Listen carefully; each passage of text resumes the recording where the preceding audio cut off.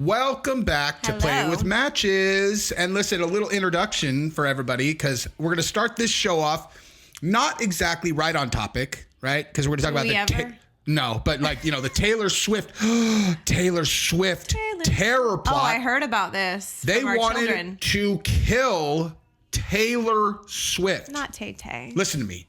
If I could save only one person in Western culture, and it was between her, Trump, Biden, Kamala Harris, pick another very, very important person, 1000%, it's Gabrielle. Oh, thanks, babe. You like that? That was a good little plot twist. Okay, but here's the deal. This piece of hair. Sorry, y'all. I have a really good talk track around the ISIS kids that were going to blow up Taylor Swift and her fans. ISIS? Of course. We'll talk about it. Okay. I literally know nothing. Shocker. I know nothing about it. I only know a little bit. There was a. Can we say the word terrorist? Like, is that like allowed? Terror is better than what you said. Oh, well, I mumbled on purpose. Yeah. Okay, so those people who have terror in mind and swore allegiance to ISIS. That really happened. I didn't know. That's all the kid told me, that there was a T attack on T. Not Swift. An attack. We'll get into it. Okay. But before we do, I am going to tell Gabrielle a little story that happened while she was gone at Pilates today. If you were wondering why she's so jacked, that's at Pilates, son. Gabrielle, tell them the other thing that Pilates does for you. Shut up. Anyway, so I'm going to tell you a story about something that happened while she was gone, because of all the ludicrous lies I have ever heard. Oh, is this with the story from Giselle? Yeah, I can't with this piece of hair. This was next level absurd. Awesome. Okay, so it's our 12-year-old, by the way. She's 12. She is lucky for us. It's like you took my brain at whatever age she's at, put it inside of a female, and then there you go. So like anything she tries, you're like, I'm already 10 steps ahead. I'm like, I remember exactly what it feels like to try to tell a stupid lie like that and what my dumb face would have done. And that's what your dumb face is doing. Right now. What was it? So here's what happened. So our middle child is very artsy and is very sensitive. And very impulsive. Very impulsive, but very sensitive. Mm-hmm. Where sometimes the one with my brain can be a little bit mean, you know? A lot of bit mean sometimes, yeah. So I feel very protective. Just because she knows exactly how to get her. Well, the middle one also does the same thing, kind of brings it on herself. It's very typical, it's typical family dynamics. Yeah. So I hear them yelling at each other. And I'm like, oh my God. And I'm in the middle of recording. So I go down there and I'm like, what? She's all, dude, look at what she did to my makeup thing. So it's like a little cosmetics thing that you open. It's got a mirror in it and where you can have whatever. Yeah. And my middle had like painted on the back and like whatever. She does paint on it. And I was like, I just watched her do it to a set of playing cards that we just got that like it made I was like, what are you doing? I know. I want to take away those stupid markers. So my impulse initially was like, what were you doing? Why? So here's the story though. Okay. So Genevieve, my middle child, was looking for things to do art with, as she does. And she sees... She is wont to do. She sees a compact in the trash can. Okay. And goes, oh, it's garbage. Okay. So she takes it out of the trash can and starts making art. She does that all the time. That's a safe assumption. Yeah. She finds things in the garbage that we've discarded. Oh, it's discarded. I can make art with it. Yeah. I really like making art out of trash. So sounds so weird. But she knows that she's not like destroying something. She likes to make art out of like stuff as opposed to just taking paper and doing it, right? Yeah. So Giselle's story and why I needed to absolutely hammer Genevieve for what she did is because Giselle had not actually discarded this thing and thrown it away in the trash. What she did was she put it in the trash to remind herself that when she went to Kylie's house, she was going to bring it with her and do X, Y, Z. And I was like, hang on. Hold the phone. Rewind a little bit. And I've got my little middle one there like, and I was like, don't, you just relax. Don't, you feel real guilty. You're not always wrong, okay? Yeah. Go over that one more time, Giselle. She's like, okay, I put it in my trash. I'm like, in the trash can. She's like, yes. And I'm like, in the trash can. To be a reminder. She's like, yes. And I'm like, but you put it in the trash. She's like, yes, but she put pen and markers all over it. I'm like, but she got it out of the trash can. She's like, yes, but it's mine. And I was like, in your trash can. And she's like, it's garbage, it's done. Okay, but like, I put it in the trash. It wasn't actually trash. I put it right at the top to remind myself to bring it to Kylie's so that I'm like, blah, blah, blah, blah, blah.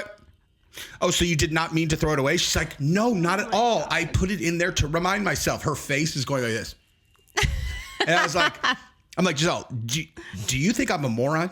Like, yeah. And she's like, what? And I'm like, you put something in the garbage can to remind you for whatever. As a matter of fact, I really do want to bring her up and have her. She's still sticking to this idiotic 100% lie story. Bring her in. Giselle, welcome to Play with Matches, your first official debut performance. Now, why don't you go and explain to our audience what you were doing with the compact and why it was not, in fact, trash when your sister pulled it out of the trash can. The compact, it was in Giselle's trash can. Is that correct? Yeah. Was it on top? Let go. Yeah. Let go, Dad. It was but it was in the trash. It was at the very top of the trash can. But it was in the trash can. At the very top. Genevieve, yes or no? Going through my trash. Where did you locate the compact? In the trash. So what I did was I put it like on top of everything in the trash can to remind myself, because I know I always look at my trash before I do anything. My vanity. So I went to my vanity. Wait, no. You look at your trash before you do anything at your vanity? Yes, I'm so serious. Okay. Because I put it on top of my trash to remind myself that I need to take the broken blush and dump it out in the trash. And Genevieve came up to my trash can, took the thing out, walked out of my room with it behind her back trying to hide it. Took chopsticks to it, cracked my highlighter and my blush, even more, dumped it out. So everything past took it out of the trash, not relevant. So your story is that you put it in your trash can. To remind myself to fix it. All right, so I cut it off right there because I thought that was literally the funniest little quote from her ever. Because that, I wonder what Jesse was like when he's 12. That, but a boy. Yeah. So anywho, we are going to get to find out what's in store for the world if a little pretty if Jesse was a girl. Jesse on fire, but a girl. She's like, and you know what? I was just as dumb and gullible as her. I realized when I was young. Like, I grew into the jaded, suspicious. Don't trust anybody person that you are these days. I got burned, dude. Burnt to a crisp. Hopefully she never does. She's so sweet. My first love, made out with my friend. And what is lied about it. I was like, no, that can't be right. It was like, oh, it's right, pal. It's right. Oh, that's not a good start. Anyway, it was all downhill from there. Hey. Until I met Gabrielle. Then checked up on her for 5 years to make sure that she's good to go. Okay, so let's move over now to Taylor Swift. Really and I actually am going to make sure to timestamp that so you guys don't have to sit through, what did that end up being? Oh my God, it's almost 8 minutes of preamble. Mm-hmm. I don't even think there's 8 minutes left of this story. No, there is. Okay, so Taylor Swift shows in Vienna canceled. What? Oh, her shows in Vienna canceled over alleged planned terrorist attack. In Vienna? Yeah. Okay. Do you know what? Pop quiz. Austria. What? Good job. Good job, Gabrielle. She knew where I was going. I feel like Vienna is like one of those places that people hear because it was such an important place, like, a couple hundred years ago, and no one in the modern age has any idea what country it's in. I do. I do too. But that's only because after watching it in many, many movies, I was like, did Vienna like fall into the ocean? I thought Vienna was a country. I'm talking years ago, Atlantis? Dude. Kind of. You know what? I'm pretty sure What's the newest update on Atlantis? Did they find it or did they not find it? We went there, Gabrielle. Did you forget? Not the Bahamas, you nerd. Like the I was joking. I forgot that we went to the Bahamas. That was like a joke. But we, the movie The Illusionist is from Vienna, and that is a very excellent movie. The one with Edward Norton, the magician. Yeah. It came out at the same time at Prestige. Came out at the same time as The Prestige. And it was like, gosh, which of these two magician movies is going to be better? It's The Prestige, but The Illusionist is excellent. Yeah. Excellent. The Prestige is one of the best movies ever made. Yes. And The Illusionist is very good. The Prestige, yeah. But also The Illusionist is one of those ones where once you've seen it once, you can't watch it again. Yeah, like The Prestige, there are twists at the end, and even if you know what they are, it's kind of like, I could still watch that movie. But The Illusionist, you know what? I've never watched it since. We should we should watch that with the kids. And by the way, we still haven't gotten to the story. That's all right. I said I'll timestamp. Man. people that are like us to watch this channel. Okay. Yeah. So organizers have canceled 3 Taylor Swift concerts in Austria after authorities said they foiled a terror attack planned for the Vienna leg of the blockbuster Eras tour. The extraordinary decision, which could come at a significant cost to Vienna's businesses, you think? Yeah. Has devastated fans and renewed focus on the vulnerability of huge concerts as soft targets for terror networks and spree killers. So I saw I've never heard that term before in my life. That's a great term. Yeah. Spree killers. Dude, honestly, that is a way better term than mass shooters for spree what the kind, people who show up at a soft target and just kill. Yeah. Like the Columbine, that's a spree killer, dude. That's brilliant. Yeah, it is. Anyway. Good job, CNN, for once in your life. Well, who knows if they came up with that, Maybe. But this, I am. All right. Swift is scheduled to play 3 shows in the European city from Thursday to Saturday, which have all been canceled, according to Barracuda Music. The promoter. Wait, what? Oh, Promoter the of her promoter concerts in Austria. Yeah.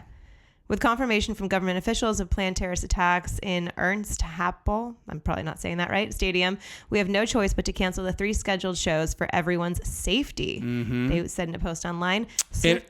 Look, international intelligence agencies have helped Austrian authorities uncover the alleged plot, said the country's interior minister, after the police said suspects were radicalized by the internet. Okay. Now, the reason I highlighted that is because the conversation that we're going to have after this is very much based on that. Teenage suspects, 19, 17, and 15, were questioned in connection with the alleged terror plot, according to the country's director general for public security. Yeah. Yeah, I got it. I actually thought that said scrutiny, and I was like, that doesn't make sense. Those arrested were in contact with other individuals who knew about the plans. I don't know who Franz Ruff is, but Look at this. The 2 older suspects had exhibited noticeable changes in behavior before their arrest. What Weird. on earth does that mean? I mean, 19-year-old quit his job July 25th, saying he had something big planned. Oh. Yikes. That was a kamikaze type mission going in there. And then they had chemicals and explosives in there. Holy mackerel. Yeah. As well as extensive ISIS propaganda material. 21,000. Counterfeit. I was like, what the hell? How did these little shits get that much money? Machetes, knives, and anabolic steroids. Those are important for your spree killing. If we're going to be smoking people, we better jacked. be jacked, bro. Okay, so I don't think there was anything else that was super relevant except the heartbroken fans. Hold on. Yeah. So they've said that they have ISIS propaganda. Did they? Oh yeah, here we go. Like, Islamic terrorist threats threaten security and freedom in many Western countries. This is precisely why we will not give up our values. Yada yada yada. And we're gonna come back to the heartbroken fans, but I want to start this conversation off as so. Okay. So these guys they're in Austria, okay? And as far as I understand, what? And where's that again? Oh God, Vienna again. But like. As far as I know, these are not like refugees. You know what I mean? Right. Like these are people Austrian. just Austrian. You know, they grew up in Austria. They and they got radicalized online. So it's pretty yikes. They're really young. They're really young. That's what they do though. But yeah.